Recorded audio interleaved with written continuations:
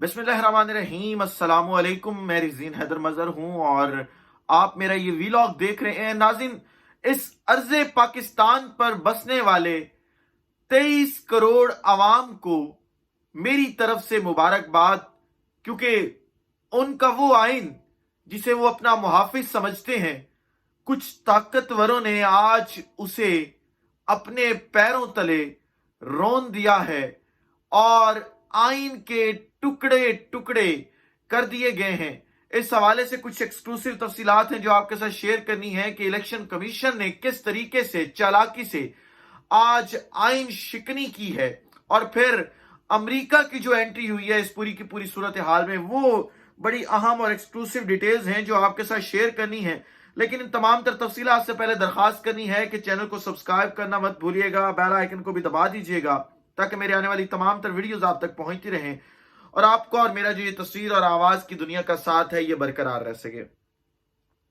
नाज़रीन, बड़े दुख से कह रहा हूं कि आज इलेक्शन कमीशन ऑफ पाकिस्तान ने जिन ताकतवर शख्सियात के कहने पर आइन तोड़ा है, मैं समझता हूं कि इसके बाद इस मुल्क में रह कुछ नहीं गया।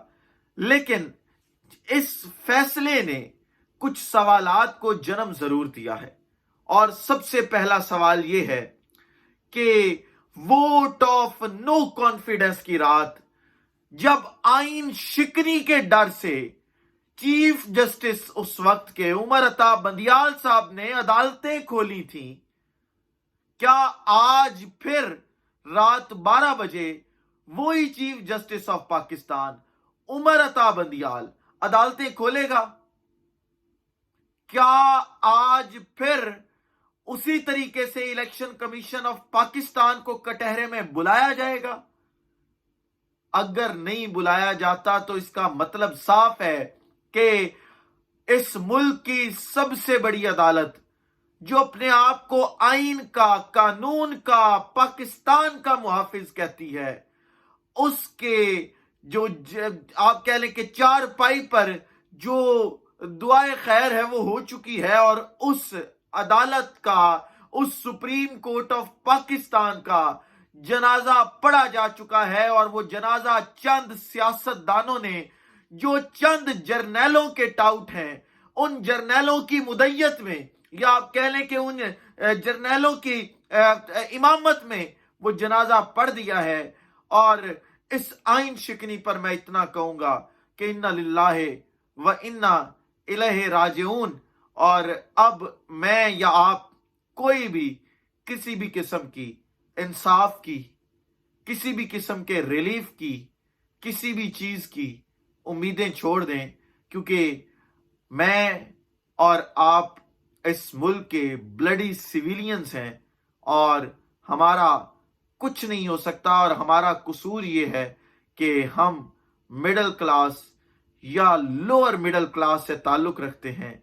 ये मुल्क सिर्फ बुर्जुआसी तबके का है, ये मुल्क सिर्फ अशराफिया का है और वो अशराफिया ही इसे आगे लेकर बढ़ेगी। आप जरा टाइमिंग चेक करें कि 15 मिनट पहले इलेक्शन कमीशन ऑफ पाकिस्तान की जानिब से एक लेटर इशू करवाया जाता है और यह कहा जाता है कि मुआशी, सियासी और बाकी जो सिक्योरिटी के मामलात हैं उनको मद्देनजर रखते हुए पंजाब के इंतखाबात मुलतवी हो रहे हैं और अब 8 अक्टूबर को पंजाब में पोलिंग होगी।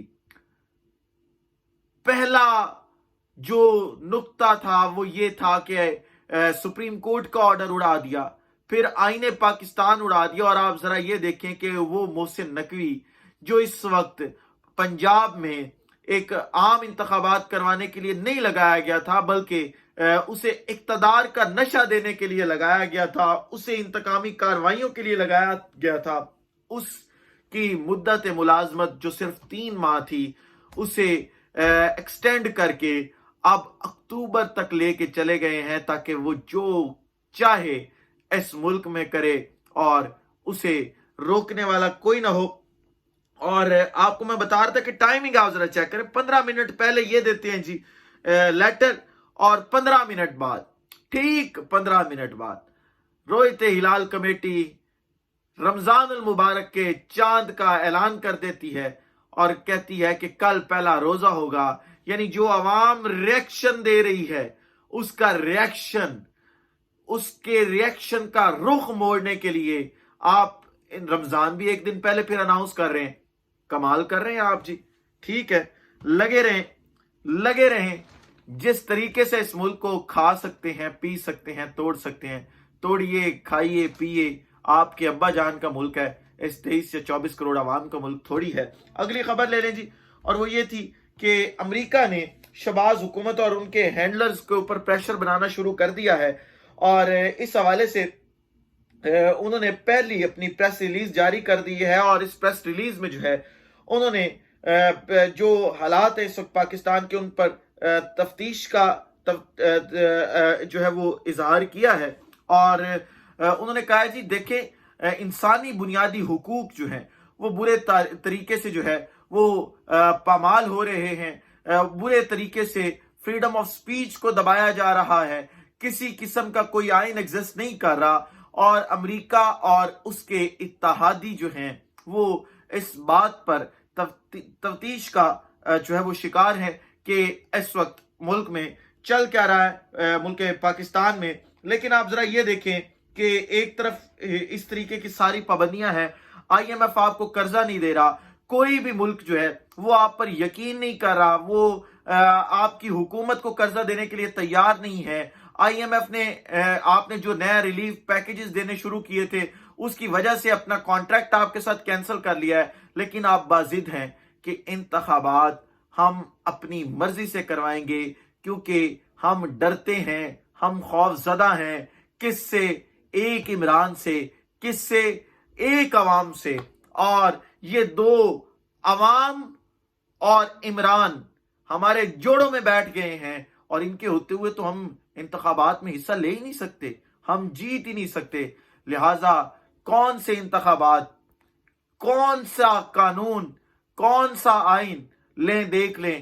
ہم نے آج آئین پاکستان 1973 کو اپنے پیروں تلے اس آئین پاکستان کے بانی ذوالفقار علی بھٹو کے نواسے کے ساتھ مل کر، اس کے داماد کے ساتھ مل کر، جو اپنے آپ کو شاید اس آئین کا محافظ سمجھتے ہیں، اس آئین کا معجز سمجھتے ہیں، اس آئین کا نگہبان سمجھتے ہیں، ان کے ساتھ مل کر آئین توڑ دیا ہے.